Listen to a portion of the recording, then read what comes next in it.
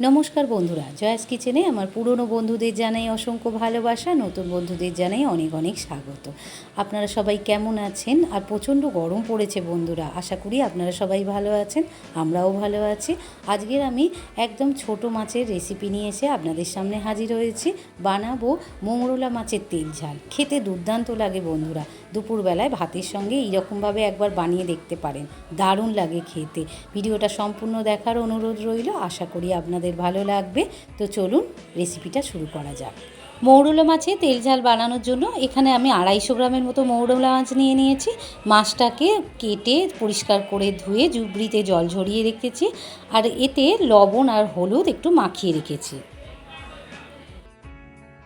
গ্যাসের উপর আমি একটা কড়া বসিয়ে দিয়ে বেশ কিছুটা সর্ষের তেল দিয়ে দিয়েছি। আজকের মাছের ঝালটা সর্ষের তেলেই করব।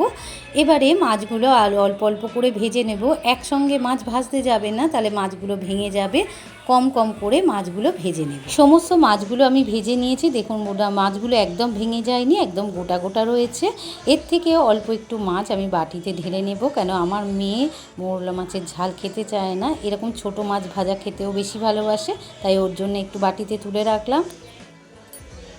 এই মাছ ভাজার তেলেতেই আমি দিয়ে দেব সর্ষে বাটা। এখানে কালো সর্ষে আর সাদা সর্ষে আর 4টে কাঁচা লঙ্কা একসঙ্গে পেস্ট করে রেখেছিলাম, সেটাই দিয়ে দিলাম। দিয়ে তেলের সঙ্গে একটু নাড়াচাড়া করে নেব। এবারে দিয়ে দিলাম অল্প একটু হলুদ, ছোটো চামচের হাফ চামচ গুঁড়ো হলুদ দিয়ে দিলাম ছোটো চামচের হাফ চামচ গুঁড়ো লঙ্কা, ঝাল লঙ্কার গুঁড়ো, আপনারা লঙ্কাটা বুঝে দেবেন। দিয়ে দিলাম স্বাদ মতো লবণ, আর দিয়ে দিলাম 3টে কাঁচা পাকা কাঁচা লঙ্কা চেলা করে। এবার সমস্ত মশলা ভালো করে মিশিয়ে নিয়ে বেশ কিছুক্ষণ ধরে কষিয়ে নেব, যতক্ষণ মশলা থেকে তেল ছেড়ে না দিচ্ছে। রান্নাটা খুব তাড়াতাড়ি হয়ে যায়, খুব একটা বেশি সময়ও লাগে না, আর খেতেও দারুণ লাগে। মশলাটা ভালো করে কষানো হয়ে গিয়েছে, আর মশলা থেকে বেশ তেলও ছেড়ে দিয়েছে। এবারে দিয়ে দিলাম পরিমাণ মতো জল। আপনারা মাছের ঝালের কীরকম রস রাখবেন সেই অনুযায়ী জলটা দেবেন। এবার ভালো করে নাড়াচাড়া করে একটু ফুটিয়ে নেব। ঝোলটা বেশ ভালো করে ফুটে উঠেছে। এবারে দিয়ে দিলাম ভেজে রাখা মাছগুলো দিয়ে ভালো করে মিশিয়ে নিয়ে আরও 1 মিনিট ফুটিয়ে নেব। মাছটা দিয়ে 1 মিনিট ফুটিয়ে নিয়েছি। এবারে দিয়ে দিলাম বড় চামচের 1 চামচ কাঁচা সর্ষের তেল। এই কাঁচা সর্ষের তেলটা মাছের ঝালে লাস্টে দিলে খেতে দারুণ লাগে। এবারে একটুখানি ফুটিয়ে নেব।